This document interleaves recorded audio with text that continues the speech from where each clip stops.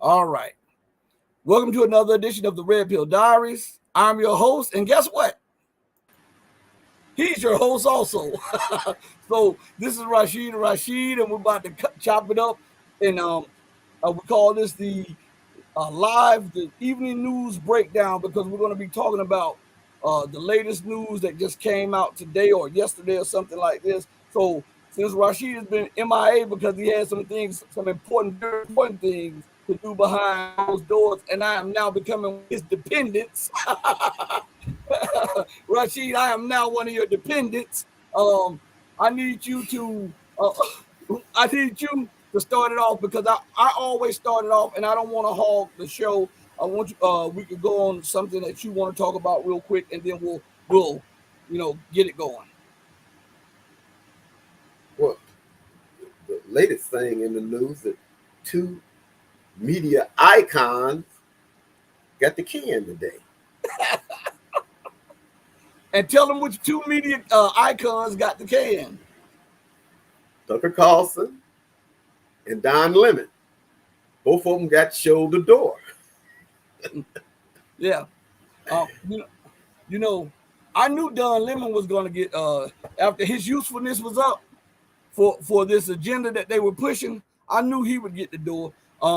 Tucker Carlson, it's multiple facets to the Tucker Carlson being removed because we play some clips from him on the show sometimes. Tucker Carlson. So, what is your perspective on what is going on, especially in the propaganda outlets of the United States? Well, that big payout that they had, $785 billion. That's a lot of lettuce to be given out.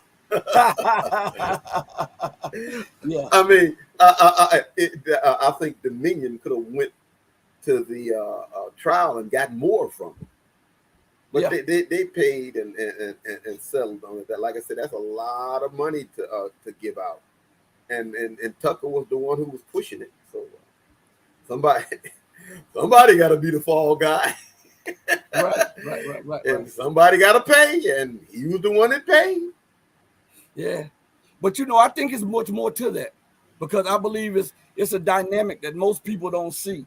I'm not going to comment on this dynamic yet. I'm going to watch a little bit more play out, and then God willingly, if it crosses the platform again, we'll delve into the intricacies of what we see happening now. Because you have to understand that the empire is under pressure, and nobody is believing the government stories. Nobody is believing the news propaganda. Nobody is getting their news from the main news sites. Because remember, along with this, thousands of people are being laid off, not just in CNN, but also in NBC, also in Fixed News or Fox News or whatever you want to call it. And don't forget that Disney has started the layoff. What was it? 10 to 15,000 people from its broadcasting and its networks like ESPN and all of these others. So what we're seeing, there's a breakdown in the economy that they're masking.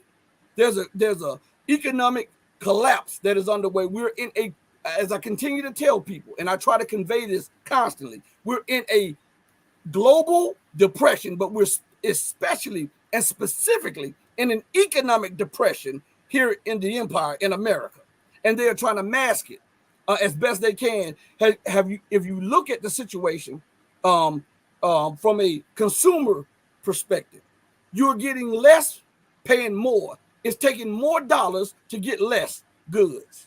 You're working more hours to be able to buy less and to pay for less. This shows you that the dollar's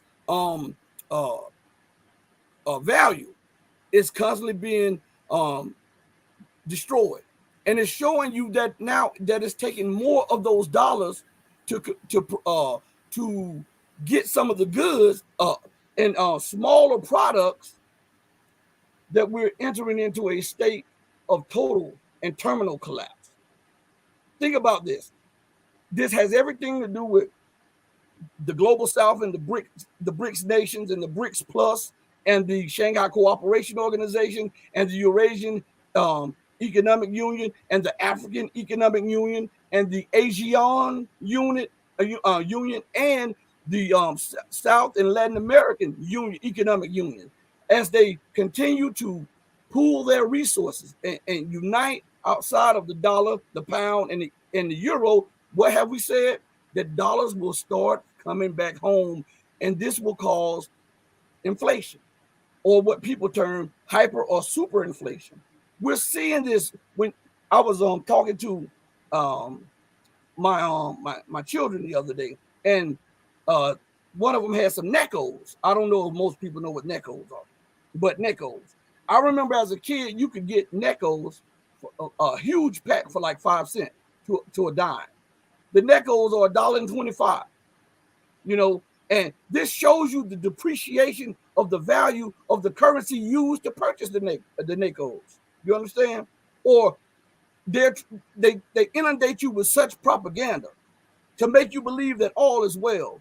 And they have these commercials like Tide Pods and this other stuff that you pay more for less in the smaller amount has more power than a huge amount.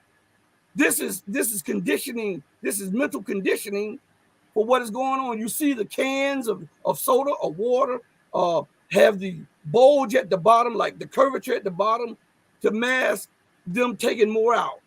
You see, if you go buy chips, which I don't too much do potato chips or something like that, but if you get potato chips, the majority of the bag is filled with air, and they count that in the weighing of the bag. This shows you how they're trying to mask the economic collapse and the setting in of inflation. What say you on the matter as we go more into this? And as you're talking, I want the people to know that I'm trying to enter into the YouTube um, um, dashboard, so I'll be looking away while you're talking. But the empire is falling. You see the dollar collapsing. Most people have no concept of what that means. They think that everything is going to remain the same. But if the dollar collapses and China stops sending them huge shiploads of goods across the Pacific Ocean, then what do you think that's going to, how is that going to affect you? As we say, 93% of the stuff that's sold in Walmart come from China. That means Walmart got closed down. Target, Kruger, all of these department stores and supermarkets fold up. The people may be thinking it's sort of this fantasy land deal or the fairy tale that our stuff will remain the same forever. But that's not what's taking place. The world is getting off of his currency. Now, you people can see that if you have the currency backed by, say, gold, oil, even a grain, uranium, copper, and then you got a currency over here backed by nothing but my say-so. Who do you think you would trade in? Yeah. Because I am king, and I said that you should do so and so, so and so, so and so. Mm-hmm. What do you think the rest of the world gonna do? Anybody with half of a brain would get out of my say so and go into something that which is tangible, that which they can play their hand. What the old saying is, a bird in the hand is worth two in the bush. You got that right. The American dollar is worth nothing.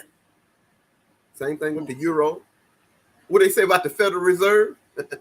It's not federal and it ain't got no reserves. Right? Yeah, right. It's a group of bankers saying that you should do this, that, and the other.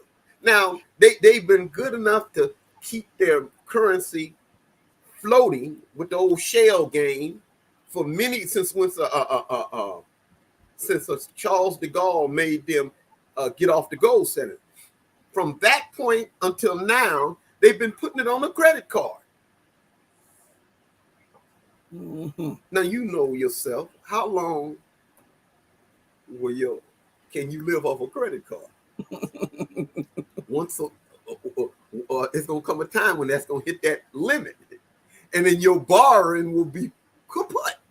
Well, this is what happened with America when she stole $300 billion of Russia's currency. The rest of the world said, "Well, if you can do it to them, you can do it to us."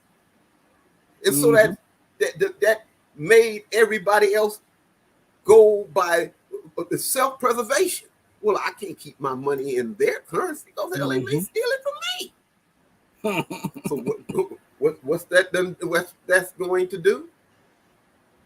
It is making everybody get off his dollar. And without his being able to have the world recurrence, the world reserve currency, her money is nothing. And the only reason why she got this big, huge military, because she put out so much of this fake money of hers to keep it going.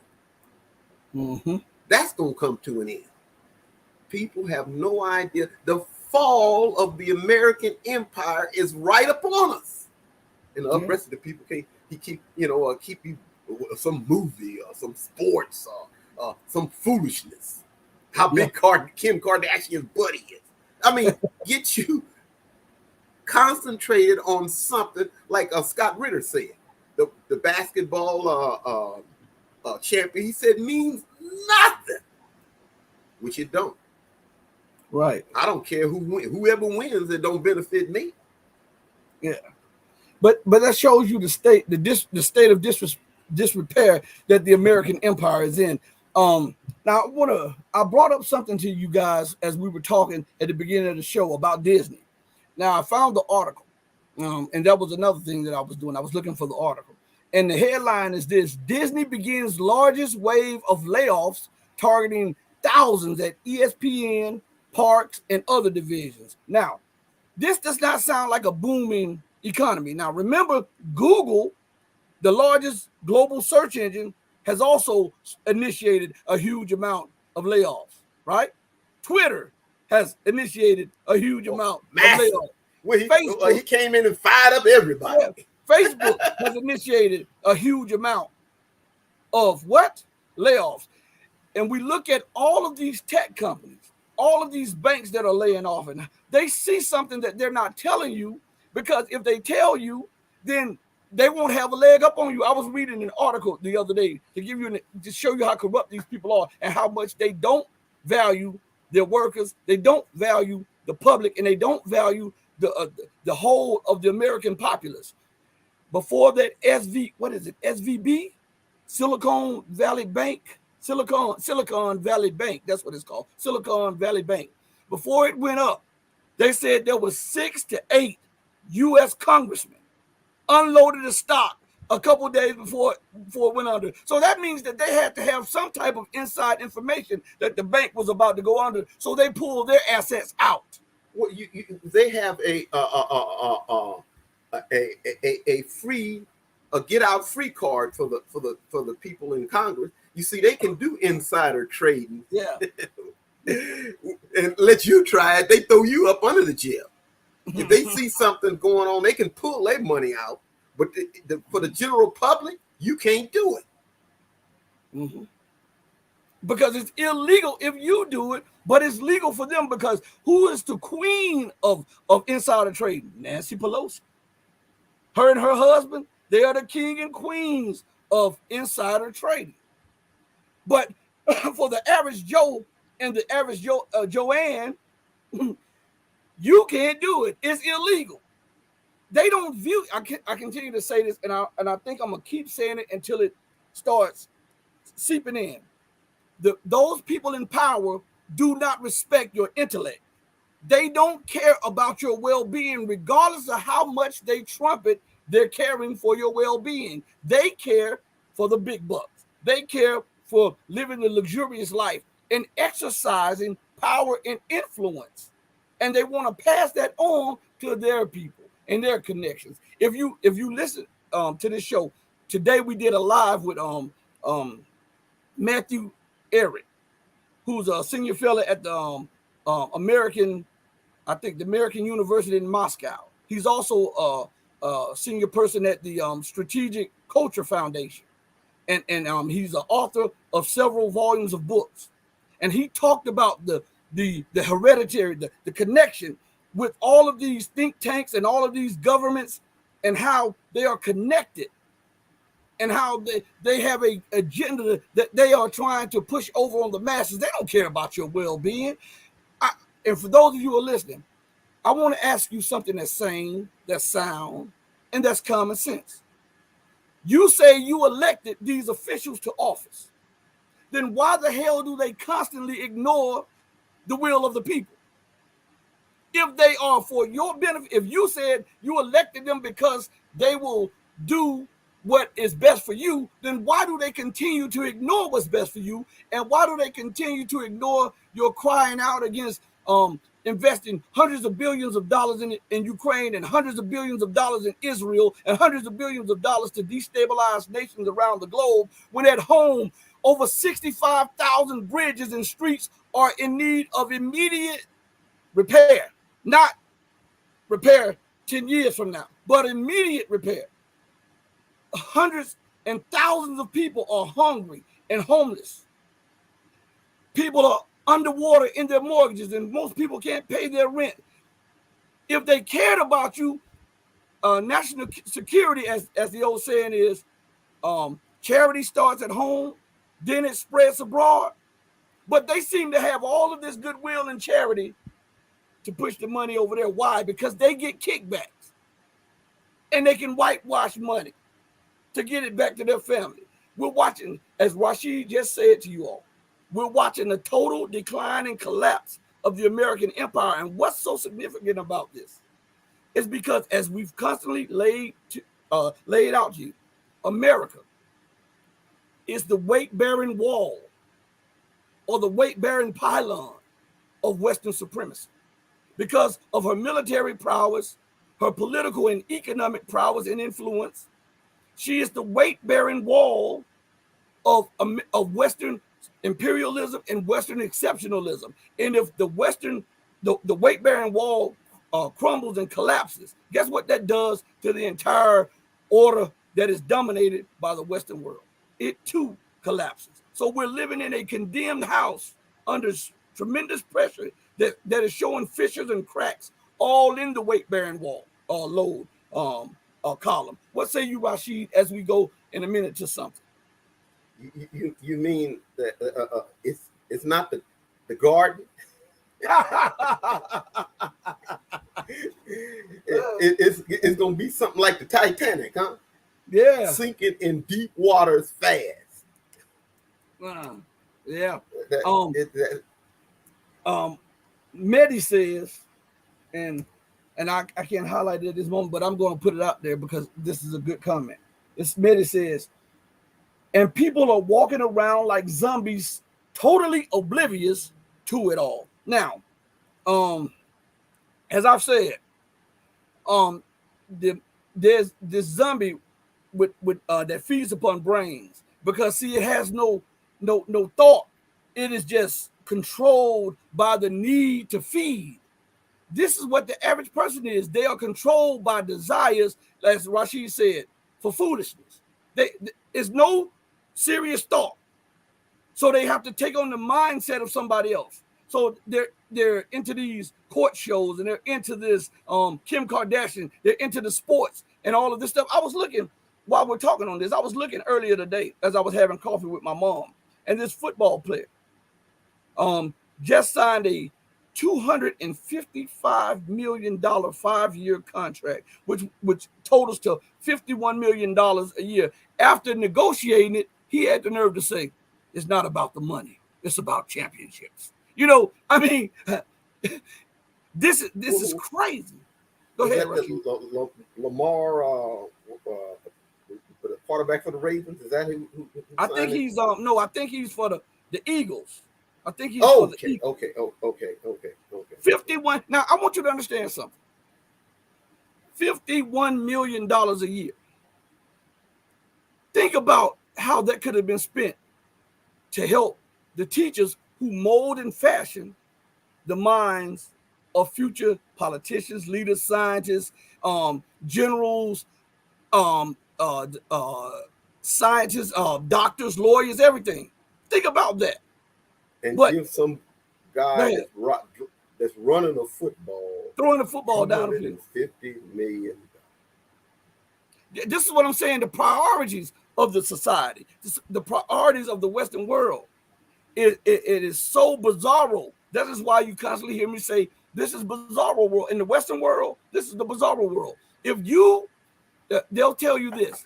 Listen, this is one of the main themes of the Western world. I'm God-fearing. I'm a Christian, or I'm this, I'm that.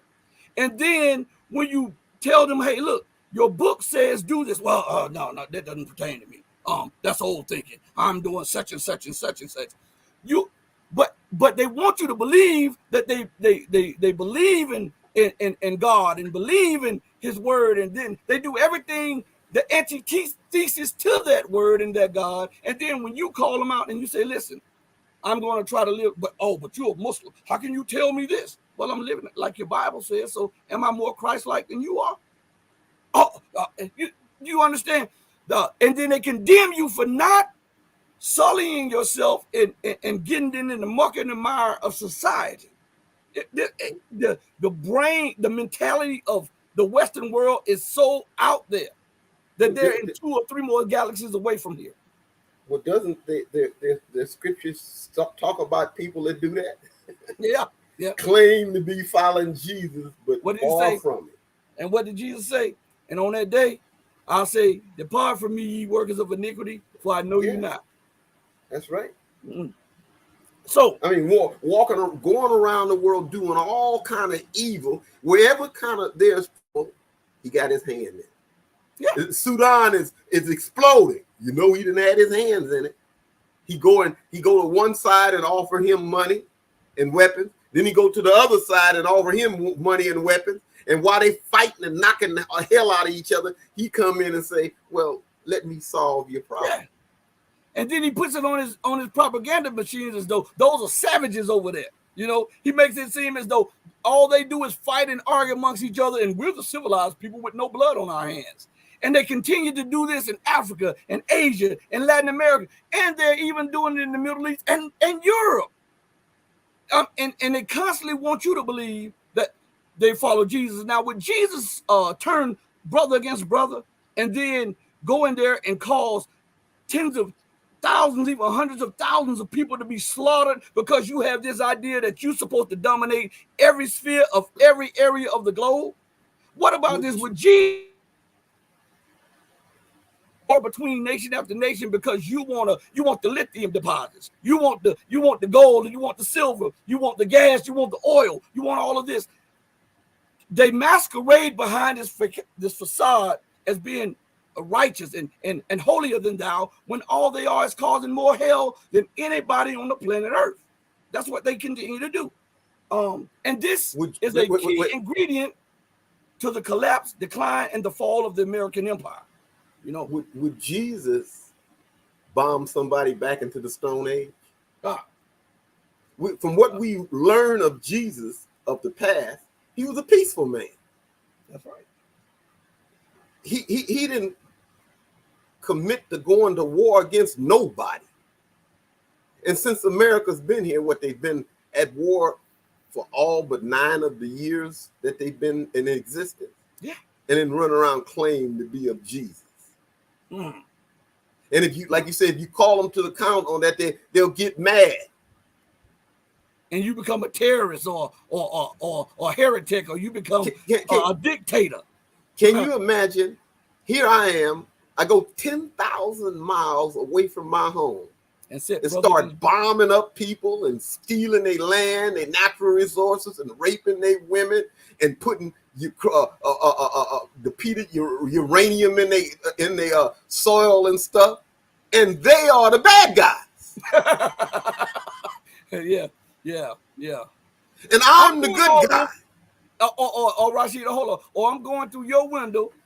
I'm breaking all your TV sets. I'm stealing your jewelry and your money. I'm occupying 2 of your bedrooms, and I call you the terrorist. Yeah. And this is not something he's just started. He's been doing that for years. The terrorist. Yes. No, the terrorist is the one who brought terror to those lands. Mm-hmm. Leave those people alone. Mm. Isn't that what Jesus said? Stop stirring up trouble. Mm-hmm. Stop committing acts, ungodly acts. And then he's running around hollering about those are the bad people and I'm the good people. But wherever he goes, hell follows. And he one of them 4 horsemen. But what the scriptures say, and though they did not like to retain God in their consciousness, God gave them over to a reprobate mind to do those things which were unseemly. And these people in power, you can see that they don't have God and they speak God. They'll tell you, yeah, I go to church and I'm a member of this and I'm a Christian, while ordering the slaughter of thousands of people around the globe, the destabilization of governments everywhere, and at a price, because they have a vendetta, or they don't like this leader, or they don't like that people, or they don't like this. They want to impose upon the world their government. At the same time, they tell you that every nation is sovereign and can choose its own way, but only democracy works. Only democracy works. And so they want you to live under their dictates, under their style of governance, and under their leadership and under their power. That is not a fair world. That is not a fair play. That is not equality. That is not sovereignty. That is to be submissive to a power that dictates to everyone else. What are his scriptures telling? Treat people like you want to be treated. Mm-hmm. So if you go by the American government's dictates, then somebody else should be bombing up New York City, Los Angeles, San Francisco. That's what he means by bringing democracy to somebody, flying a bomb over there and blowing up a whole neighborhood. Mm-hmm. If you want that for yourself, then do it to other people. And haven't he done that around the world? Yeah. Blowing up wedding parties, and blowing up schools. And then minimizes it and says, oh, that was a mistake, or you couldn't possibly think we did that. Now, if you do it one time, okay, that's a mistake. But if you do it over and over and everywhere you go, you do it, that's on purpose. And so how is it that if another nation does that, then they're the most vile, and that was the most heinous and vile act committed by the most vile and heinous of leaders in nations ever. But when you do it, you can possibly believe that we did that on purpose, even though your record shows you that everywhere you go, you do it multiple times, back to back to back to back, on purpose. And if anybody sit there and expose your evils, we're going to put him in jail for 100 billion years. Yeah, he's a spy. But he just put out what you did. Well, they don't care nothing about that. We're going to still lock you up under the jail. But wait a minute. For telling the truth. Yeah. Yeah. So as we talk about this stuff, let's see. Yeah, Medi says, and we lie about the reasons why we invaded those countries. Lie. I call America the global rug, because every time she opens up her mouth, she lies. That's what she is. She just like a rug lies wherever you put it, wherever you point the American leadership to, and they open up their mouth, they lie. They are nothing but rugs, political rugs. That's what they are. Let's see. We need to learn to compete with other countries, not control these countries only for our benefit. Medi, you have a good point there, but that's not how it works. If America, first of all, look at this. By sheer numbers, America cannot compete China or India. By sheer numbers. I'm talking about America is 365 or 345, 365. Some numbers say 345, some say 335, some say 365. 365 million. We'll put it at that. 365 million people. China is 1.5 billion. India, 1.5 billion people. Just on that alone, she can't hope to outcompete these nations on an even playing field. That's why she's hell-bent on destabilizing them, turning them against each other, so that she can use one against the other to forestall each any one of them's progress. And as she steps in and try to act like the peacemaker, what she's actually doing is positioning herself to benefit from both sides. That's what And when happened. you see about that, as you said, she cannot compete on an equal basis because they can outproduce. They can outproduce you. They got what they have over 1 billion people advantage, right?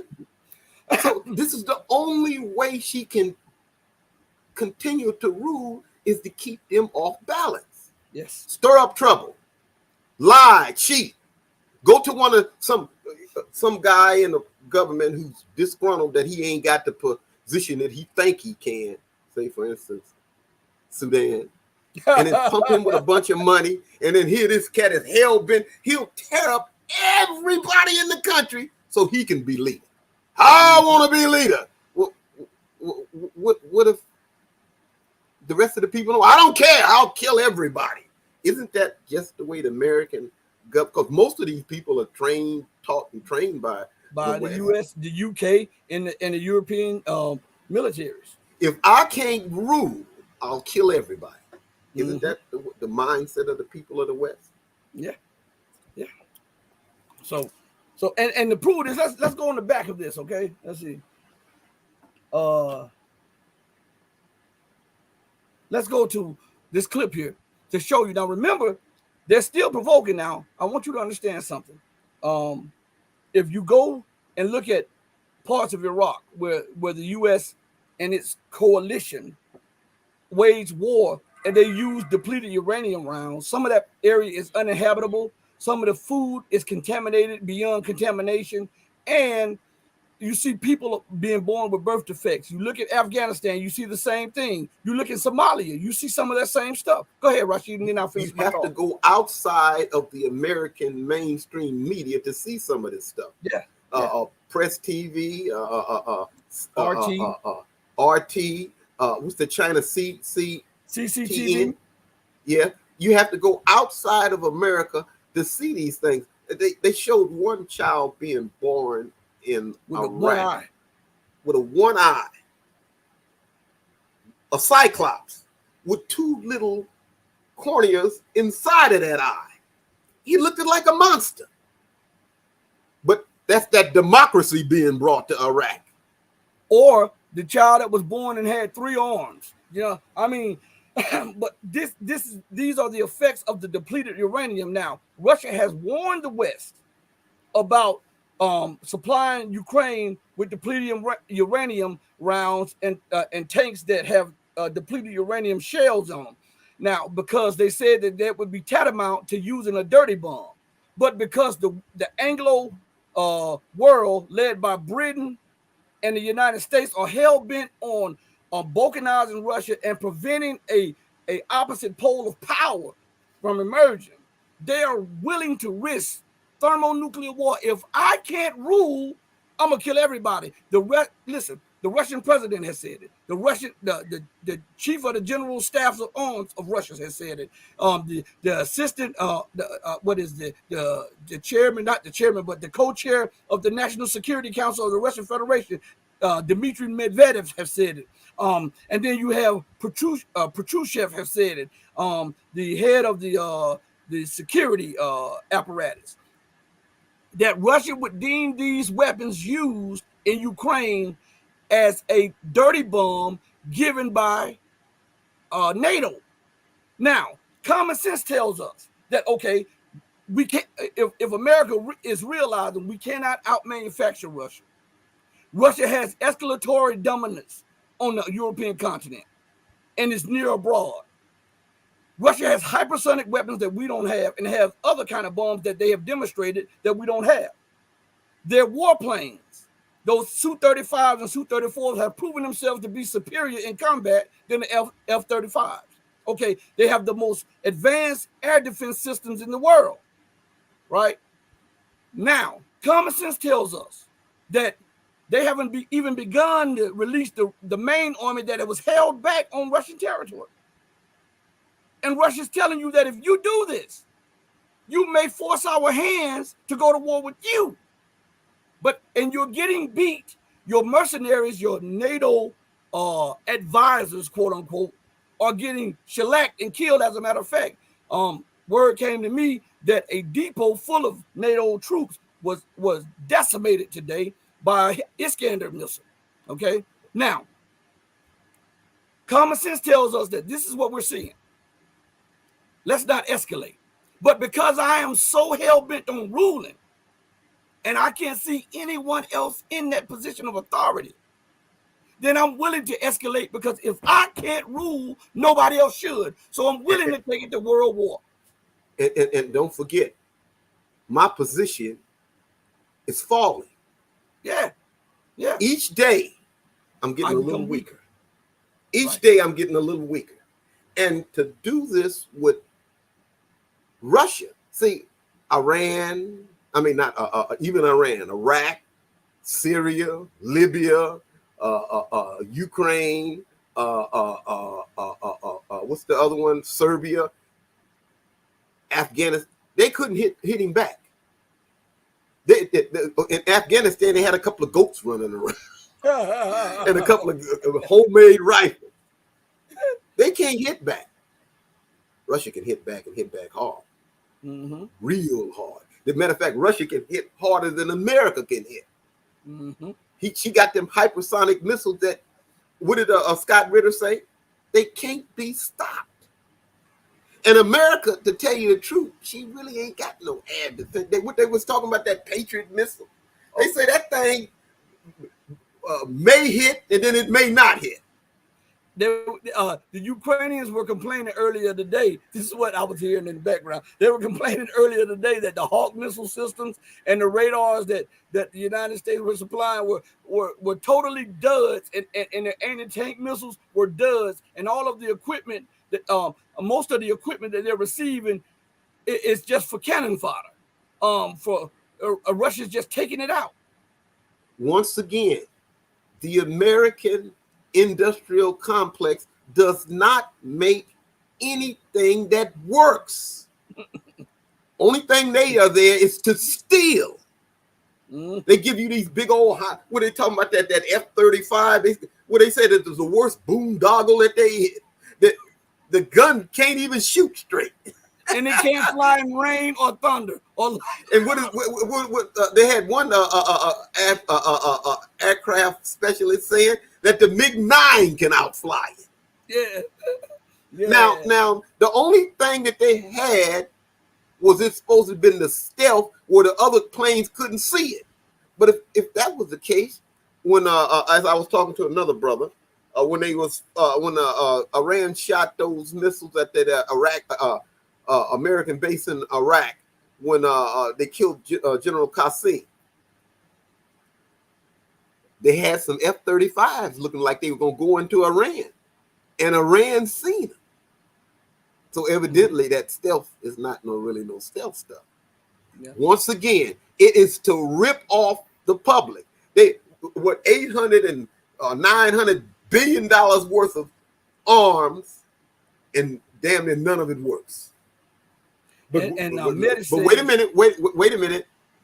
The guy that ran to the bank. He got his money. He don't care. Once it go out there and it can't work well. And not just the guy that went to the bank, but the senators who were in a rush to pass these appropriation bills, these congressmen that was in the rush to pass their appropriation bills, got their kickbacks too. Now, don't forget about that. They had one guy sitting up there talking about what's her name? Dick Cheney's daughter, right? Lynn what's Cheney. her name? Lynn yeah, Cheney. She came in with a couple of $100,000 and left with $7 million.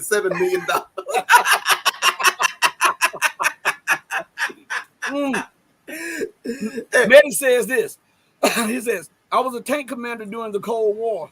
I know all about the depleted uranium rounds we use. I know what happens to these rounds as they impact the armor of the tank. Now I'm gonna put the other one up. He says, because this is more than a one part thing. He says, but there is here's the thing: the A-10 Warthog, meaning one of the U.S.'s small bomber planes, uses depleted uranium Vulcan cannon rounds. It can put a round in every inch of a football field in 3 seconds. Think of all of the the depleted uranium rounds that are buried in the ground. This is what we're talking about. It's like seeded with depleted uranium. Wait a minute. What about the guy that's lifting that stuff and putting it in? Yeah. He get some of the And stuff what about too? the guy that's flying the plane that's loaded with the depleted uranium? Yeah. And what about the people who come in contact with those people when they return? I mean, because this stuff is breathed in and it is also passed, because it can get on your clothes or it can get on. I mean, this is crazy. And what people, for those of you who are listening or who will listen, you don't understand. This is material that is used in nuclear bombs. So and the nuclear stuff messes with the human's DNA. yes, it goes on a cellular level to disrupt your whole body. Mm-hmm. Medi, did they freeze him? Okay, Medi says Russia can overtake the guidance systems of almost every SAM system we send. You know what? That has been going on right now. This is what was told to me, and I was listening to it earlier today. That's another thing that the Ukrainians are complaining about. That Russia has destroyed the drones, have taken over the drones, have taken over the surveillance systems, have scrambled all of the guidance systems. They have even gone so far as to scramble the satellites that the U.S. uses to feed information to Ukraine. That's why so many things are backfiring. And one former Pentagon official said that when it comes to EW or electronic warfare, Russia is bar none number one and heads and shoulders above everybody when it comes to that technology. Look what happened to Donald Clark in the Black Sea. Paul Craig Roberts was talking about that. Yeah, they used some of that anti software stuff on that destroyer.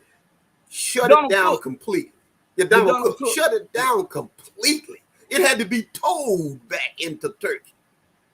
No, it was told to I think it was Romania or the other Baltic nation. I mean the other Black Sea nation.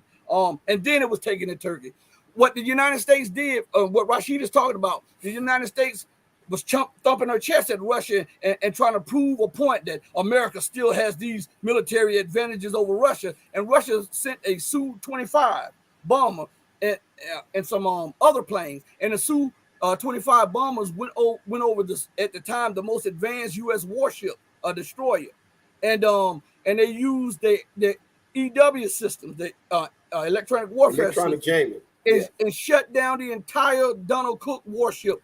And the gunner said that the Russian warplanes flew so low that they were over the deck. They could take pictures of them over the deck, and the Russian they were laughing at the U.S. as they were stuck out in the Black Sea and had no way of defending themselves or no way of responding in any manner. What did they say? Russia was showing them of their capability. Half of the crew left the deal, and other ones had to have psychiatric treatment. That's the big vaunted American military. You see that these people are insane. They don't have. What did Paul Craig Roberts say? That this system is like having one side having a nuclear bomb and the other side having a bow and arrow. And you gonna run around here and talk about what you gonna do, you gonna do this and you gonna do that. You see, when America was running everything, China and Russia, they didn't buck up against them that much. They let them go on and do all of that stuff, and that you want to do.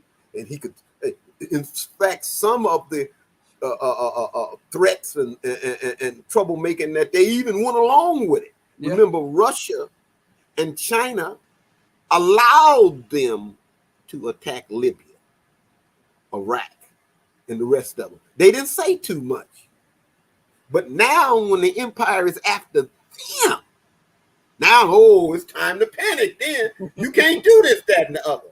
So the other side has been raised up to contend with America and her allies. Mm-hmm. This is what's going on. They are... Go ahead. Finish your thought. Go on. Go Hey, we got a delay. I'm sorry, we got a delay, and you know how that is. Medi says they made even one strike in his own launcher. You know what? I don't know if you're talking about the same thing, but I did hear that Russia struck a U.S. Radar, destroyed it, and struck one or two U.S. launchers too. I don't know if we're talking about the same thing, but I did hear that. And what is it? And he says, oh, and another thing, let me say this. This is why the United States, you know how she says, well, we're deploying the F-22s to Europe. And the F-35. But do you notice that the F-35s and the F-22s don't come close to Russia? You know why? Because maybe a year ago, they sent them over there as a message to Russia. And Rashid know what I'm talking about because they were in some of the premium articles on the Patreon. And they flew them over there, and Russia hit them with their EWAC system, the electronic warfare systems, and the U.S. lost control of F-35 and the F-22, and they could not steer the plane, they could not communicate or anything. And then when Russia stopped jamming the plane, all of a sudden it returned, but the planes swiftly flew like 300 miles away or something from the Russian border.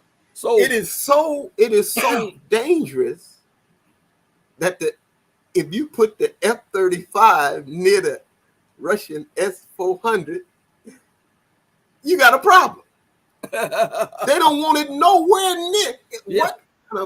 What kind of a jet plane that when it shoots, it can't shoot straight? Now, what in the hell do you need that for? Or warplane.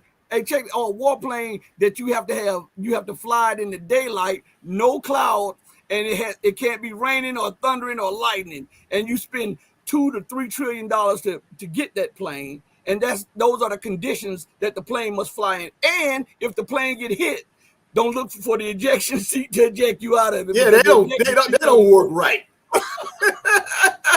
But yet and still, how great your military is. Like that John McCain running around talking about everybody else is nothing and we the greatest thing. And what did Donald Trump say? He wasn't that great of a pilot. He kept getting shot down. And if it wasn't for his daddy doing the backdoor deal, he would have still been prison over there. That's right. Remember, his daddy was a admiral. His father's father was an admiral. So this cat a legacy coming down of the American military. And they said that he really wasn't that great of a pilot. And that's what made. Also, let's not forget that when he was over there, they accused him of giving away secrets and stuff. And they covered that up because of the torture. Say he had betrayed. He was getting ready to be looked at as a traitor because of some of the stuff that he gave up when they were torturing him over there. So a lot of people forget that and they swipe that out of the news. That's just like this, okay? And I want to show you the hypocrisy. Since we're on this, I gotta get to this because I've been wanting to say this for a long time. Okay, let's look at Fox News for a minute. Now, fixed news. Fixed news, as I call it. Yeah, fixed news, as I call it. Let's look at fixed news. Now, fixed news they have this thing where they are demonized, just like CNN. CNN does it for the conservatives and all of that stuff, and fixed news does it for the liberals. Like you said, they're the same size of a coin. Yeah. One is tails, one is head. Both of them is still a quarter. Yep. And so fixed news talks about treachery, and they talk about the degradation of urban America, and they talk about the treachery of Scott Ritter and everybody else. And then they go and hire Ollie North, a convicted traitor. A convicted traitor. And what's the other guy, Savage? What's his name, Savage? These other guys who have been convicted of treachery. And nothing is said about it. What I'm saying is this. The hypocrisy is astounding. And it's not just to Fox News, but I use that as an example because nobody calls this out. And if you say something about it, then all the guns are pointed towards you, and they're letting off rounds against your character and your back. They can point out everybody else's past except theirs. I'm not just talking about Fox. I'm talking about all of the media. They point out the bad of everybody else. It could be 20 years ago, 30 years ago, 40 years ago. And then they put these people in suits as though these people are refined and cultured and are patriotic and stuff, when we have proof that they were doing nefarious dealings while in a position of authority and power in either government or in the military. It just boggles my mind. But I want to put something on the screen. Let me see. Where was it at? Salute. Cece said something, and I'm trying to put it up here. The thing is going up. Okay. Where is it? She said they destroyed a HIMARS system, and she gives you can go to the Hindustan. I think that's a media outlet, and she says Russia destroyed the HIMARS. Yeah, and they continue to destroy. And the thing is, we've been sold a bill of good to make it believe like everything is equal. This is a stalemate between Russia and Ukraine. And by God, if America gets involved, then it'll tip the balance in favor of the Ukrainians.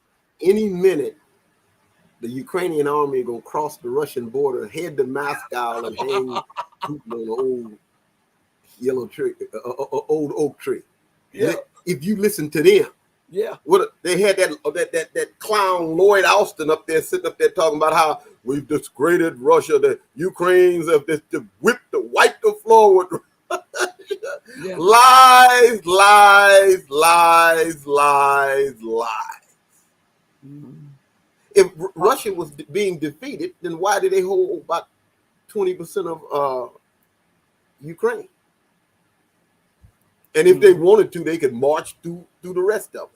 Remember, they had more positions of power when they went into Ukraine. They had Kiev surrounded. They withdrew as a peace gesture.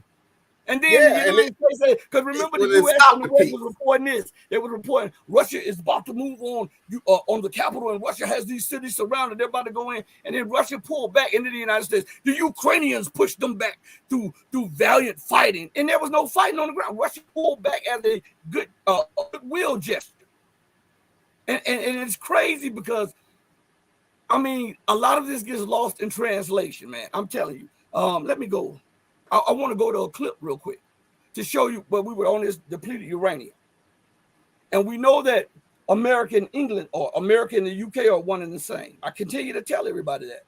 Because remember, it's no coincidence that the New York Stock Exchange and the New York Gold Exchange is tied to the London Stock Exchange and the London Gold Exchange. And it is no a secret that a lot of the people in power have their roots in England.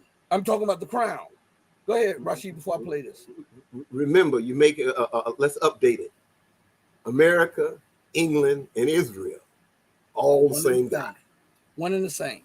Now, let's play this, and then you'll understand why Britain is pushing so hard. Because if America falls, because see, even though America thinks she runs everything, Britain is mostly the brains behind, and America is the bronze.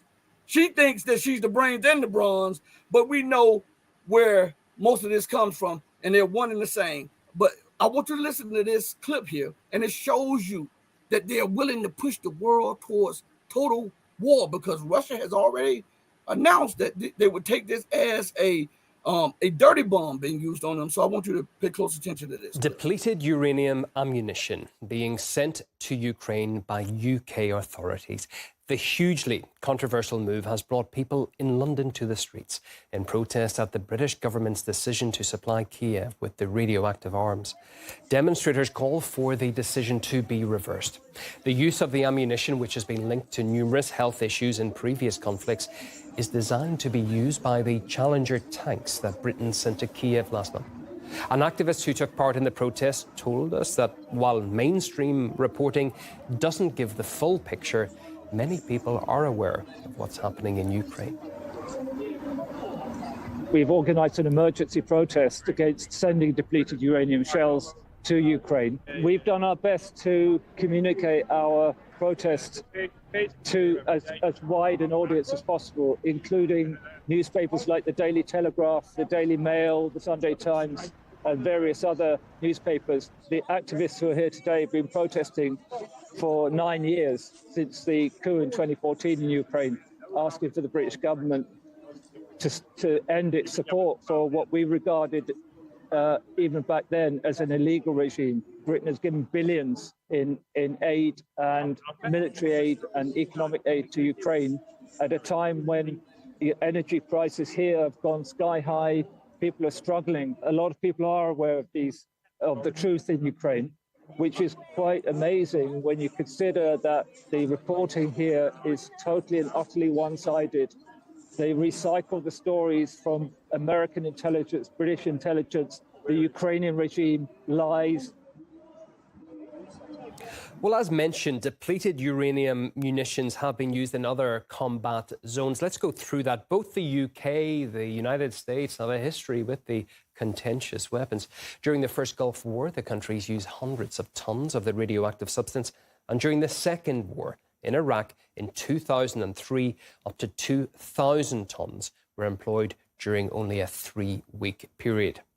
Another striking example was NATO's bombing of Yugoslavia in 1999, with the consequences of depleted uranium usage still being felt today. We heard from a patient battling cancer who says that the remnants of the material is the root cause of his illness. I generally tolerate the therapy with difficulty. The therapy itself is difficult and lasts quite a long time. As for my mental and physical condition, I'm very exhausted. I don't move much because I can't move because of the therapy. When I'm in the hospital, the therapy starts at 9 in the morning and ends at 8 in the evening. It's 10 hours of lying down a day, and it all depends on how well I tolerate the cycle. In the second cycle, I endure heavy therapy. I had a high temperature and I fell into a coma.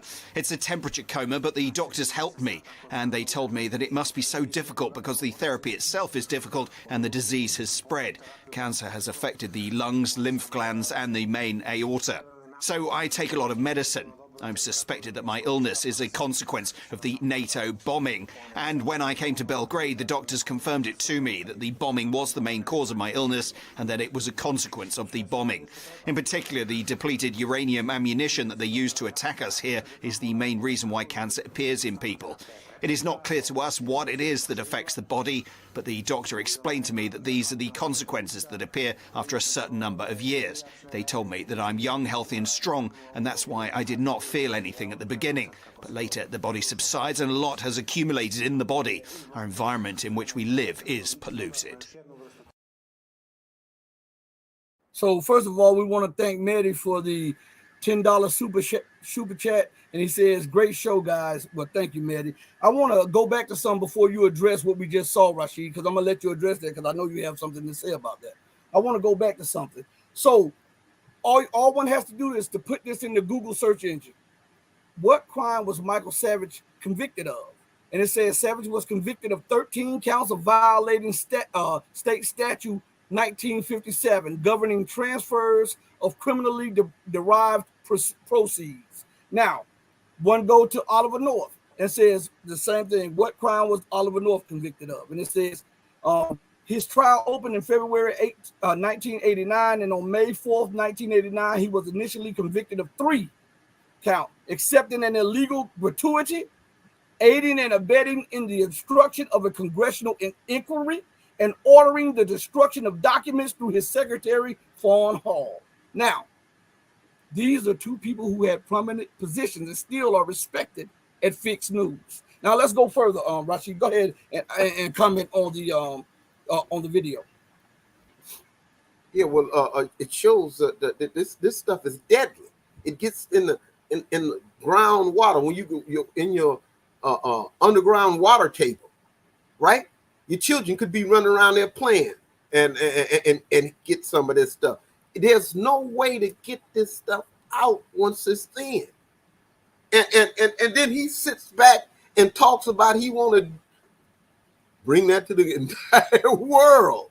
If you don't agree with me, I'll send in my nuclear bombs and my irradiated bombs and all of this stuff. Once again, wherever he goes, he'll follow close behind. Okay. Now, let's go to something. And to show you, we're not leaving China out either. I want you to see how they fashion these things, okay? Because if you're not savvy enough, when they put stuff before you, they'll position it as though these other people are the aggressors, or these other people are violent, or these other people are the war makers. And I just thought of something before we go into that.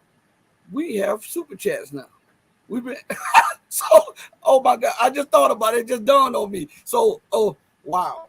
But anyway, I want you to listen to this, and I want you to see how they phrase China is being aggressive, or somebody is being aggressive, and America's benign and benevolence is the only thing that can stop them if we position, if we do this, if we invest this, if we none of the about America's position, her policies, and the effects of her position and policies on China, Asia, Africa, or anywhere she's been. Okay, I want you to pay close attention to this. Who says that she is the policeman of the world? Who made her the policeman? Huh? Well, haven't you forgot? They are that exceptional nation, and it is forgot about that. Hey, and what is it? It is they have a divine destiny, don't they? That's right, divine right. That's right. What I am he, and I am, there's none other, right? That gave me the right. Yeah, that gave me the right to tell everybody around the world to do. And if you accept my terms of peace, or else I'll kill you.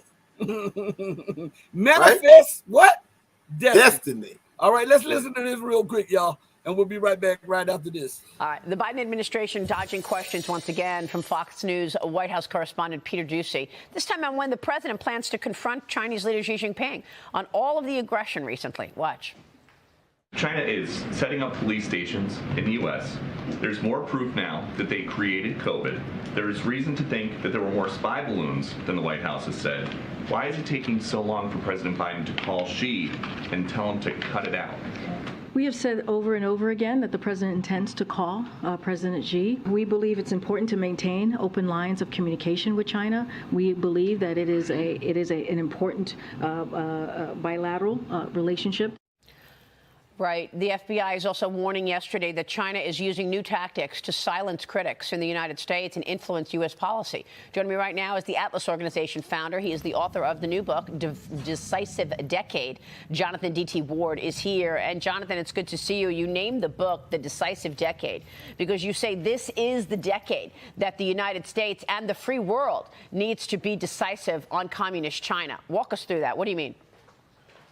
That's right, Maria. Good to be with you. So first of all, I mean, what we have to do is we have to begin to enact a containment strategy of China. We need to have an economic theory of victory. We need to know how to rebuild this country and restructure the world economy so that it depends far less on the People's Republic of China, and then convert that into, once again, having superior military power so that the United States and our allies can actually have overmatch against both Russia and China for the long term. We have to get a lot of this done in the 2020s. I mean, we're losing ground. This is the period when many of the Communist Party's own strategies culminate, and they've always had this vision of surpassing the United States, and they realize that a lot of that is in their eyes, meant to take shape by the 2030s. So we have this period in which to get our act together, take the fundamental actions that we need to do, and begin to have an economic strategy that can win and rebuild the deterrent capacity of the entire free world. Right. We're running out of time on that, and this is what counts. We're not doing it, though, Jonathan. We just had a whole segment on the fact that all of this aggression from Communist China has been met with no response from this administration, whether it's the COVID-19 leak, the cover-up around COVID-19, the balloon that was sending data about our military installations back to Beijing in real time, not to mention so much that you document in the book about intellectual property theft, as well as the CCP ramping up its military. What if we don't? What if we don't meet that expectation that you write about in this decade? Well, if we don't do this, then we're back to my first book, China's Vision of Victory. I mean, they have a very clear outcome, a very clear strategy in mind. I mean, they see themselves as becoming the dominant power in the world, and they're working on that strategy. So it's something that we have to take absolutely seriously. If we lose, I mean, it's like losing the Cold War. It'd be, a catastrophic outcome for the U.S. So we have to take this seriously as a whole country. I mean, it's not just going to be the government alone. We have to get, I think, as a nation, as citizens, as business leaders, I mean, all the different elements of American power need to come together to deal with a whole of nation strategy towards our primary adversaries. Which is why you mention often corporate America. And so before you come in, Rashid, I'm going to play this clip again, but I'm going to stop it after the first part of the clip because I want them to hear something. It's very important that they hear this. Listen to what comes out of the hostess mouth concerning China. Okay, listen closely. All right. The Biden administration dodging questions once again from Fox News White House correspondent Peter Doocy. This time on when the president plans to confront Chinese leader Xi Jinping on all of the aggression recently. Watch. China. Aggression recently. When does Biden when do they expect Biden to confront China on all of the aggression? Now, all of these wars are raging all across the continent of Africa, the Middle East, these civil insurrections and strife going on in Latin America, and then the war in Ukraine and these color revolutions in Eurasia. But it's China's aggression. And now, before you make a comment, Rashid, let me tell the people what the word aggression means so that they can have a clear understanding of it, and then I'll let you take the floor. According to the dictionary, the word aggression means hostile or violent behavior or attitudes toward another, readiness to attack or confront, hostility, aggressiveness, belligerence, bellicosity, antagonism. So for the viewing audience, we know that all of those attributes can be attributed to America, the UK, Israel, the European Union / NATO, but now they're transposing what they're doing and projecting it on China. What say you on the matter? How many nations have China attacked?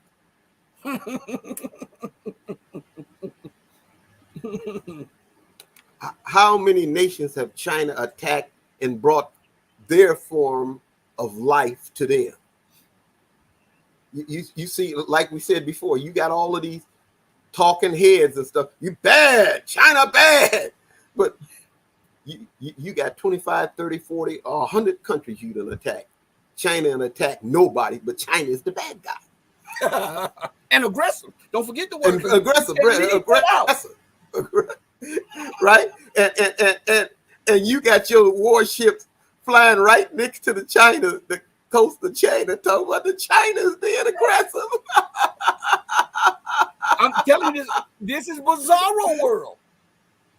Yeah. China is aggressive. China's doing this. China doing that. China. And China have attacked nobody. So the same thing. Iran, bad Iran. How many nations of China? Iran haven't attacked anybody in 300 years. In America, America can't say that for 30 days.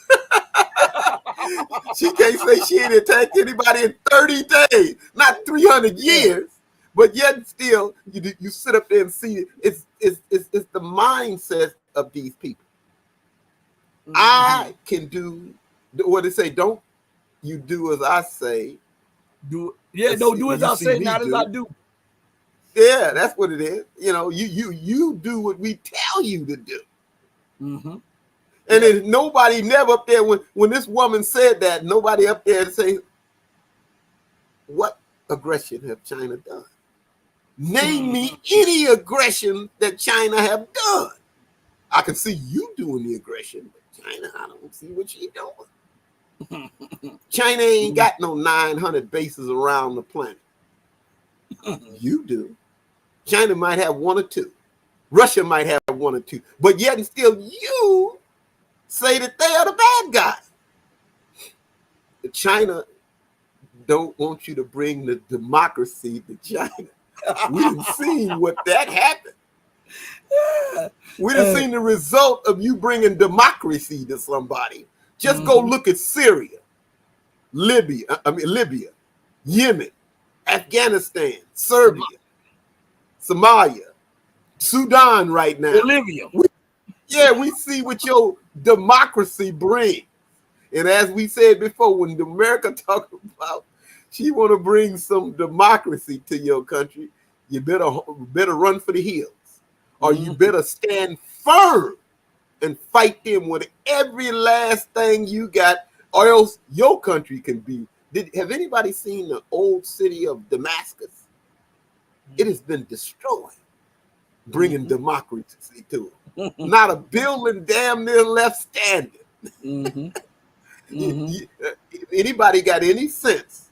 When she says that democracy is coming, you better arm up. That was Gaddafi's downfall. Yeah. He didn't arm up. He was persuaded by that traitorous son of his. Daddy, the West said that they'll help us. Let's disarm. I don't think the son was traitorous. I think he was just naive. What? Traitor by any other name is still a traitor. He went and told his father to do what was not in his father's best interest. And didn't he go to school over in England? Supposed to have been educated by your enemy to be stupid. And what did they do? They went in and, by his father listening to him, he murdered off most of his family. Yeah. Including his father. And destroyed the country. And then he got nerve enough to say, somebody should vote for me. Well, yeah, we seen your leadership. Just look at Libya before and after America brought democracy to it. Well, I want you to also, Cece says, Ukraine is still using U.S. money from the U.S. to still buy Russian oil. This is chaotic. Not only that, CC, but do you know the United States has become one of Russia's largest oil and gas purchasers while sanctioning other nations for buying it? Do you know that Europe is buying Russian oil at double and triple the price from India and China? Do you know that China has started buying huge amounts of Russian oil, and India has bought huge amounts of Russian oil after these sanctions? And so what Russia should, I don't know what the leadership in Russia is doing in the Kremlin. We'll sell it to you, but you can't sell it to anybody else. These people are at war. They're trying to destroy your country. Don't give them a leg up. Stop it. Stop all of it. And they will be the ones coming on their knees, bending the knee to you. Not the other way around. And what do you need their worthless money for? If they can't buy nothing. India, all around the world, everybody is on this worthless money. For what? What can it get you? He ain't gonna ever give you nothing in return for the value of his worthless stuff. Like you said before, you have to it's the also scheme on the planet. Rashi, you have to also remember that in each one of these countries that still want the U.S. dollar, you have this fifth column set up by Britain and America and France and the former colonial. So what the government or what the people who want to rid the nation of that, they still have to do it in a way that doesn't seem dictatorial and that suppresses a lot of the blood. So they just can't come in and just wipe out everybody, because some of them have family that are on the fifth column. I understand that. You can do that when they coming at you economically, but these cats are bringing a hot water to your front door. Yeah. This man has got a group of murderers at your front door, cutthroats with some Uzis or saps, machetes and stuff. It's talking about I'm gonna come in and kill you, and you still talking about the cat upstairs that loves these people. Throw his butt out the window. Yeah. You know what? They ought to do like what China says: when a person brings discord to your door, the way you put it on their door. That's right. That's how you do that, because they'll have to refocus their priorities. If as I said on one show, this was a show before you missed it because I think you were on the port that day, and I was telling the people what Russia should start doing. what China should start doing is do unto others as America has done unto them. And they should openly, not quietly and not covertly arm. They should say, from this point on, we're going to arm Mexico. We're going to, since you want us, since it's okay, and you say Ukraine should choose, and if Ukraine wants NATO bases on its board, then we should be able to put NATO bases. You know what? Guess what? Cuba said that we can put bases there. We're going to put bases there. We're going to send nuclear armed submarines and nuclear armed warships there. And then we're going to do Venezuela like that, and we're going to do Honduras like that, and all of the nations that would be accepting of us. We're going to do that for them, and we're going to show you how this feels. But the rest of Russia and China, they really don't want to go to war with America. Right. They got to be dragged in it. They got to be. America is the one that's stoking up the trouble. The aggression is the American one. They are the ones stoking, like we said before. They got warships over near China. I haven't heard of warships in the Gulf of Mexico pointing at America. Russian warships. Russia said they need that freedom of navigation, so she gonna go 5 miles near the California border of near Florida or somewhere. I ain't heard nothing about that. 12 to 15 miles. Yeah. Sitting right off the coast of Washington, D.C. I ain't heard nothing about that. I would do it.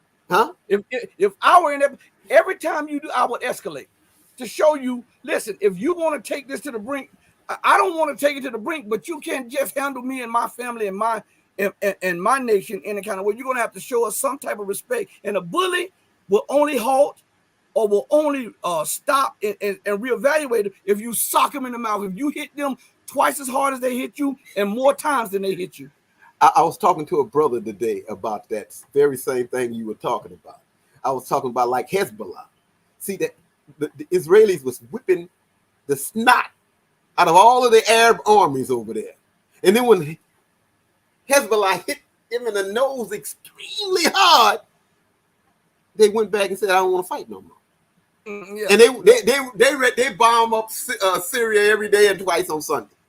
But Hezbollah, on that, remember when the war started, they said there will be no negotiations, and Hezbollah started putting it on them so bad they started talking. We need to pause in the fight. We need a negotiation. They sent everybody they could to talk to Sheikh Nasrallah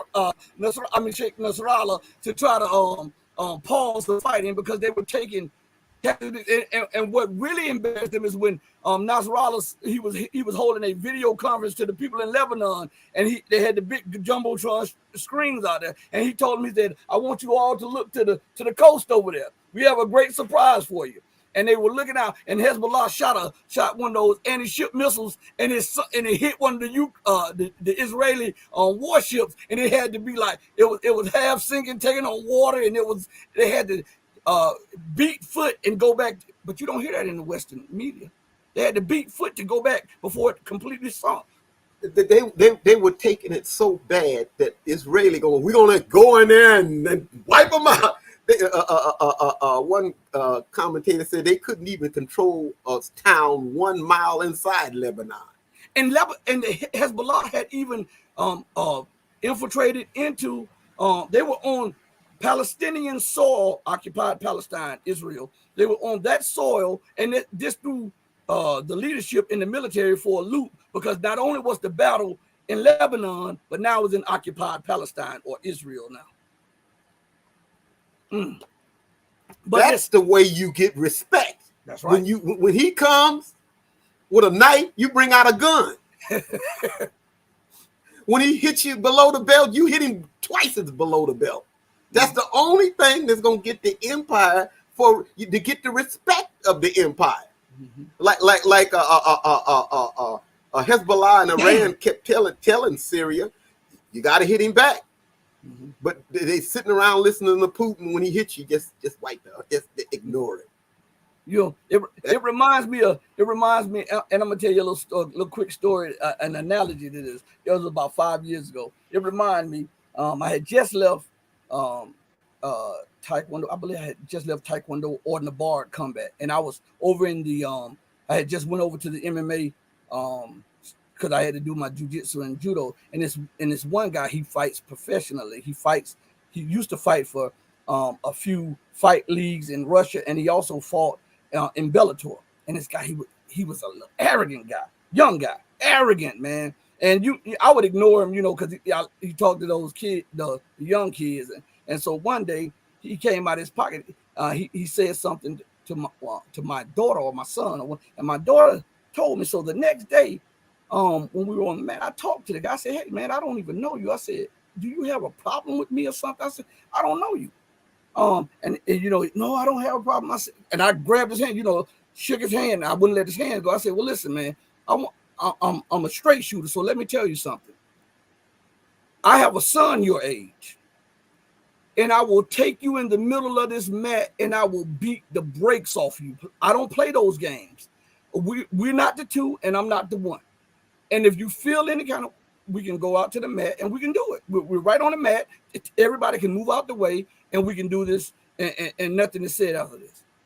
I won't mention his name because if I do, you'll Google him and you'll see who I'm talking about.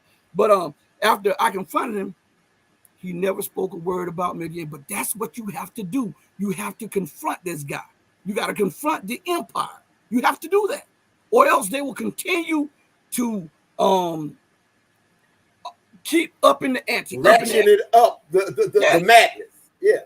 So when Russia don't respond, when a drone flies over there and Russia doesn't hit Poland or Lithuania or somewhere where the drones were assembled at and sent into Ukraine, then what Russia is showing is that they are reasonable. You cannot be reasonable with unreasonable people. You can't be calm, irrational people.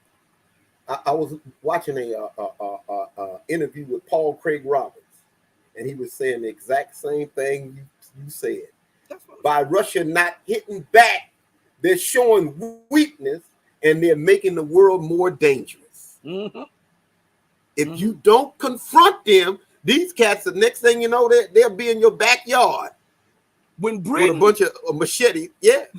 When Britain carried out that bombing on that bridge, when the United States, Britain, and NATO carried out that bomb, what Russia should have done right then and there is sent one of them hypersonic missiles over into Poland and just decimated one of the bases. No, and if the United States no, escalate, then Russia should be prepared. Not Poland. They should have hit that London Bridge. Yeah, I'm telling you this. Listen, because Russia is taking it slow, this is emboldening the empire. If she socks the empire in her face, because like Scott Ritter said, there is no rational U.S. Military mind or Western military mind who truly believes that the U.S. and NATO can beat Russia. There's no rational one. So with this known, the only way to make it concrete is to sock them in the nose. Give them a blood nose. If you pinch me, I'm popping you in your kisser. If you scratch me, I'm kicking you in the face. Every time you do something to me, you're going to pay for it 10 times over. And stick with it, even if that means head up confrontation. Because I'm not at your border, you're at mine. And that's what Assad in Syria. But remember, Assad is a doctor from London. He's not like his father. And his brother was raised to be to take over, and he got killed. They were hard-nosed guys. Assad is a nice guy. You can't be a nice guy when you're dealing with a murderer. But he has proven himself to be a world-class leader. At the same, with what he has, he's adequate. What do you think? He's not up for a world-class soldier because he needs to. You cannot sit up there and let them bomb you every day and twice on Sunday. Pretty soon, but you have to also be mindful of your military capabilities. If you got the Kurds in the north and you got the U.S. in the east and you got Israel in the south, and you've already had your military capabilities degraded, you can't take on all of those at the same time. You have to pick your battles and get one out the way, get the next one out the way. And once again, come on. He need to hit somebody. Yet once again, you cannot sit up there and let these guys bomb you at will. Pretty soon they're gonna get both. Pretty soon they're gonna hit your palace. Right. And you sitting up there talking about I'm trying to be diplomatic about it. Next thing you know, bombs gonna be hitting the Syrian palace. I think it's like this, Rushy. I think what you're saying is right, but it's at the wrong time. Assad has to build up his capabilities. He don't listen. His military has been stretched fighting ISIS in the United States covertly, and Israel, and fighting Turkey, and fighting everybody else. Now he has to wait till he gets it. Because Russia is not giving him everything, so he has to bide his time. He has to eliminate one threat. Then Iran needs to step up. Strike him hard. Then Iran needs to step up. Listen, what you're advocating, Rashid, what you are advocating is exactly what America is doing. America is trying to fight the entire world at one time, stretching out her capabilities. She can't do that. If Assad did that, he would be in the same position. Once again, what if as I said before, if you let them continue to bomb you, next thing you know, they'll be bombing you at your palace because you ain't gonna do nothing about it. I understand. If Iran is your ally, then they need to be doing the same thing that America's doing, giving you everything, including. And that's what I'm saying. You have to wait till they get there. You just can't listen. When it comes to military equipment, you just don't get it all at one time. You have to wait for them to make it, test it, and then send certain parts to you, and then you can compose it, put it together, deploy it. That takes a long time. So when they get everything in positions, you better believe that it's going to happen. But what I'm saying to you is that you can't take on everybody at the same time with limited capabilities. You can't do that. That's suicidal. That's suicidal. What you can do is you'll get the mentality of being kicked in the rear end all the time. As soon as they keep kicking you, you ain't gonna never say anything. But guess what? My mom used to say this. There's an old saying: you can kick an old lazy dog 99 times and he don't bark. You kick him that 100th time, he'll bite you like hell. And that's what I'm saying to you. Israel doesn't understand what. That's why do you think Israel is trying to stop the flow of weaponry and missiles? And it's something I got to tell you. I can't tell you on the air about this situation. This is why I'm adamant about what I'm telling you, because I know what was told to me. You understand? And I can talk to you off the air like we do after the show ends. I can talk to you about this, but I cannot say this on the air because it was given to me in confidence. So, and it is not the right time to say that on the air. When I get the okay, I'll tell the people this. But believe me, we'll see. At this time, Syria has taken a good look at its inventory and its capabilities, and right now, they don't want to commit themselves to taking on Israel and let U.S. push the ISIS back. Remember what happened? You mean to tell? Wait a minute. Remember this that Iraq had almost totally destroyed ISIS. And as soon as they got committed to it with their limited resources, the United States went up into the Kurdish region and reconstituted ISIS, and it started flowing back not only to Iraq, but all the way into Syria. This is what I'm saying. And Iraq had more capabilities than Syria because Syria had been degraded over time by Turkey, by Israel, by ISIS, and by the United States. You mean to tell me that Hezbollah has a stronger army than Syria does now? I won't say that. But I'm saying everything. Well, let me put it this way. Israel not bombing up Hezbollah every day and twice on Sunday. They're bombing at them in Syria. They are hitting at them in Syria. Yeah, but not directly, because Syria is not hitting them back when they hit him. And where does the missiles come from? They shoot missiles over Lebanon. That's a violation of Lebanese territory. Remember, you got half the people in Lebanon were brought in by France to have a Christian nation in the Muslim world. But Lebanon was once part of Syria. This is what I'm saying. So it's not and just isolated in Lebanon. It is part of Syria too. That's why they were able to take the dissatisfied and use them, like the Kurds and stuff, to start a insurrection against the legitimate government of the Syrian Arab Republic. So we have to look at that way. So listen, see, this is good discussion, everybody. This is what we do. We do good discussions. We talk on geopolitics. We talk on economics. We talk on culture. We talk on the touchy feel issues of race and religion and all of that stuff. Now, let me go to the Midnight Caller says this. Western leaders are desperate. We know that. That scares the it out of me. With me, this is what Rashid was saying earlier about how desperate they have become and how if you the escalation ladder.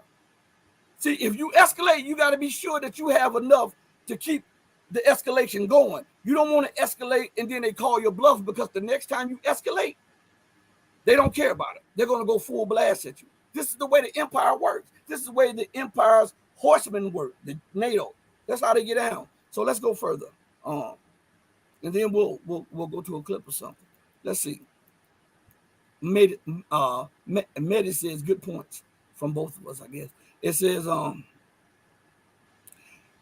it's sickening to know our government just ignores the effects on the population.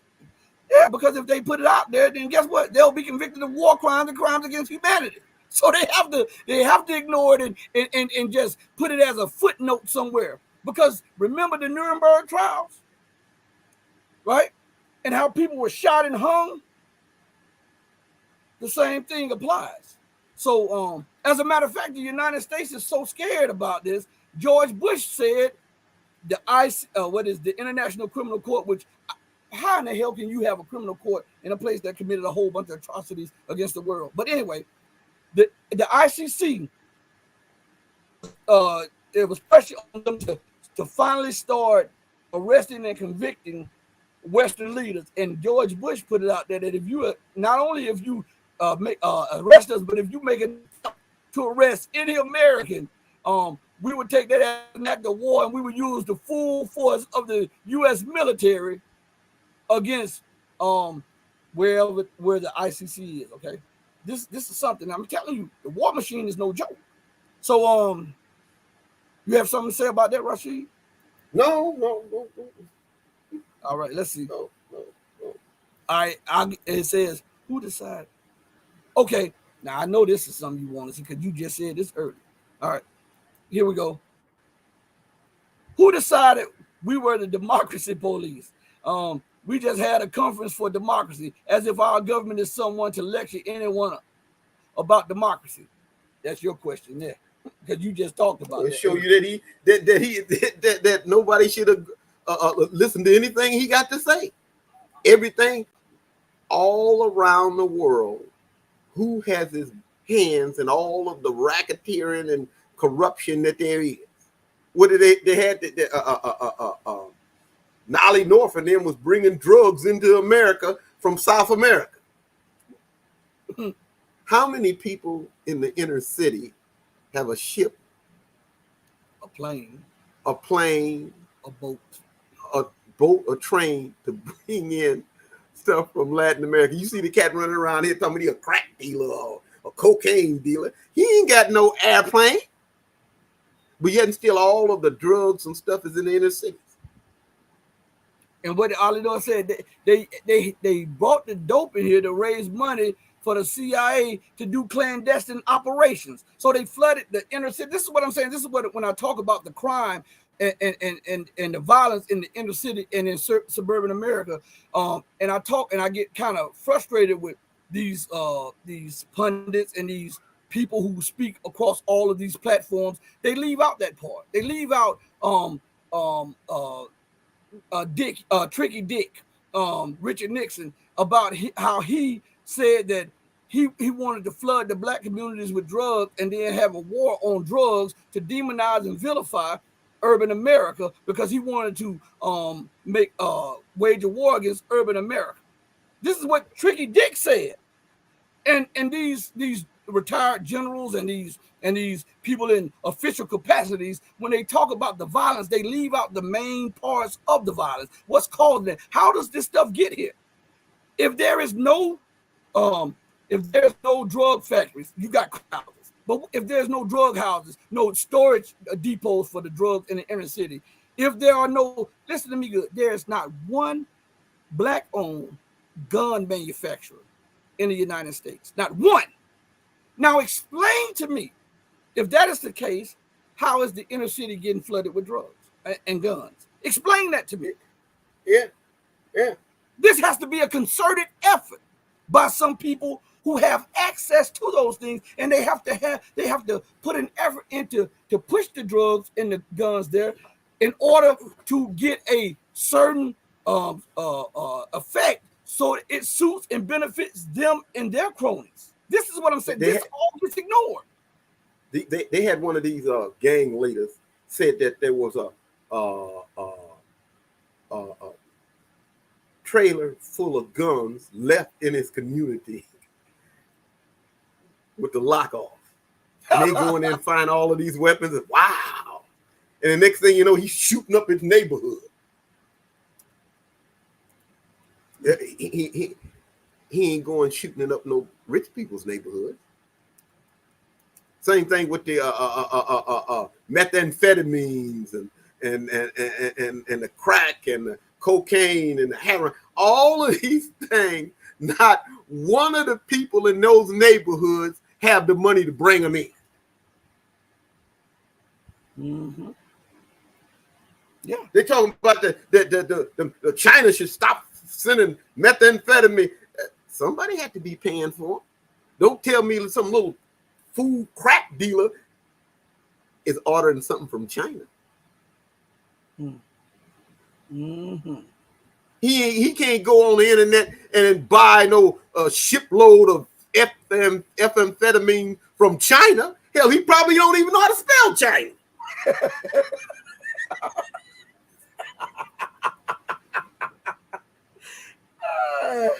Oh my God.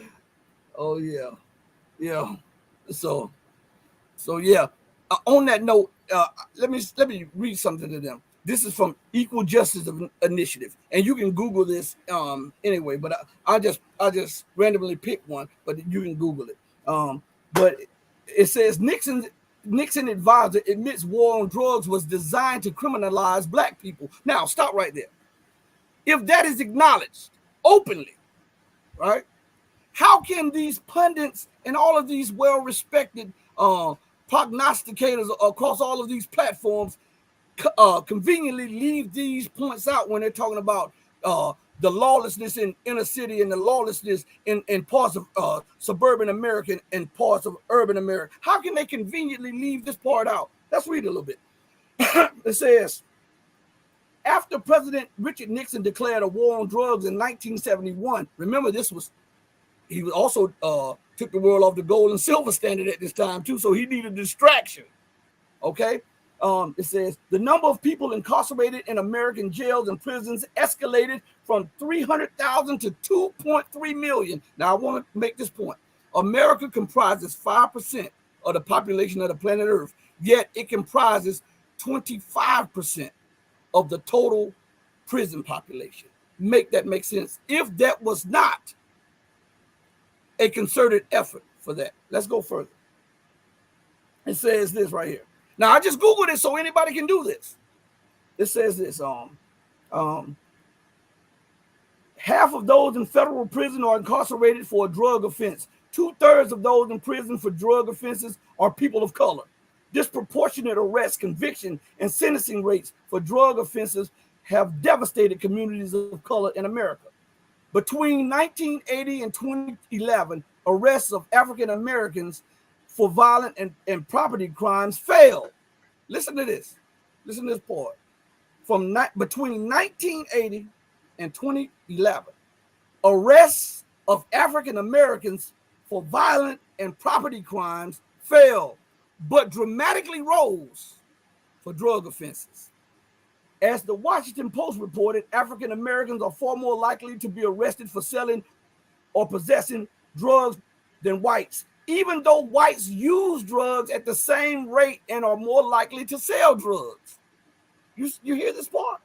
Even though whites use drugs at the same rate as blacks, but they are more likely to sell the drugs, but more blacks are arrested and incarcerated for the drugs that whites in America are more likely to sell. See, this is what I'm saying. This is a concerted effort.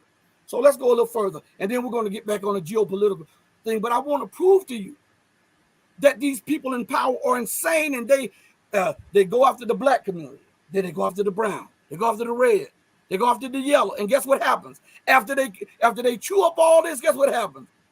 The system starts eating itself up, and it goes after white America. That's what happens. Rashid, let me finish reading this part, then you can say, let me read this point right here on this drug thing. Oh, where is it? Okay. It says, in a 1994 interview, Mr. Ehrlichman said, you want to know what this is really all about? Listen to what he said. He was Nixon's advisor. Mr. Ehrlichman said, you want to know what this was really all about? He went on. The Nixon campaign in 1968 and the Nixon White House after that had two enemies. Okay. The anti-war left and black people. This is what Nixon's advisor says. You understand what I'm saying? This is what he said. You understand what I'm saying? We knew we couldn't make it illegal to be either against the war or black. But by getting the public to associate the hippies with marijuana and blacks with heroin, and then criminalizing both heavily, we could disrupt those communities. We could arrest their leaders, raid their homes, break up their meetings, and vilify them night after night on the evening news. Did we know we were lying about the drugs? Of course we did. That's Richard Nixon's advisor. But these suited people who have 200,000, 400,000, 600,000, a million subscribers conveniently omit this.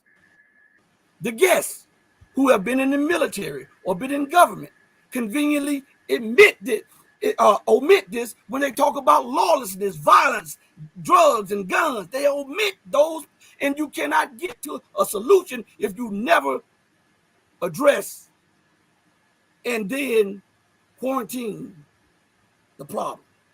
Go ahead, Rashid. The people you talking about, ain't they the same people that's talking about China is aggressive? Yeah, right. That the Russian aggression. Now, when he bombed up Iraq, he wasn't talking about the American aggression. When he bombed up Libya, he wasn't talking about the American aggression. They're the same guys, right? Yeah. The same talking heads that's telling you about everybody else around the world doing evil, and him and his democracy is great. Oh man, it's an hour 45 minutes. Listen, this was supposed to be like an hour show, and we're almost in the 2 hours. Listen, and I already did almost an hour and 45 minute show earlier today. Listen, I want to thank you all for joining us and for giving us your time. Time is the most valuable and most precious asset and commodity in existence, because this is a non-renewable resource. Once you use that up, you can never ever get it again. So you must make sure that you give your time for an equal or greater return. We hope that we've done this, and we hope that we've blessed you with some insight, some knowledge, because we have been blessed with insight and knowledge for conversing with each other and for coming before and talking with you guys. Rashid, is it anything you want to say before we close out? Same thing. Keep your eyes open. Watch as well as pray. And as we always, and thank you for the super chat. And we didn't even know it was a super chat thing. So evidently, the two took us off suspension. So on that note, we like for each and every one of you to know that we appreciate your time, your ear, and your presence on this platform. We are all working towards manifesting God's truth, regardless to whom or what, and regardless to the sacrifice. We love you if you love truth, but remember that God, who has come to us to save all of us who want righteousness, right, will love you best. We go out the same way we came in, with love and peace. Mama, your baby boy loves you more than life. Deuces, everybody. We love you.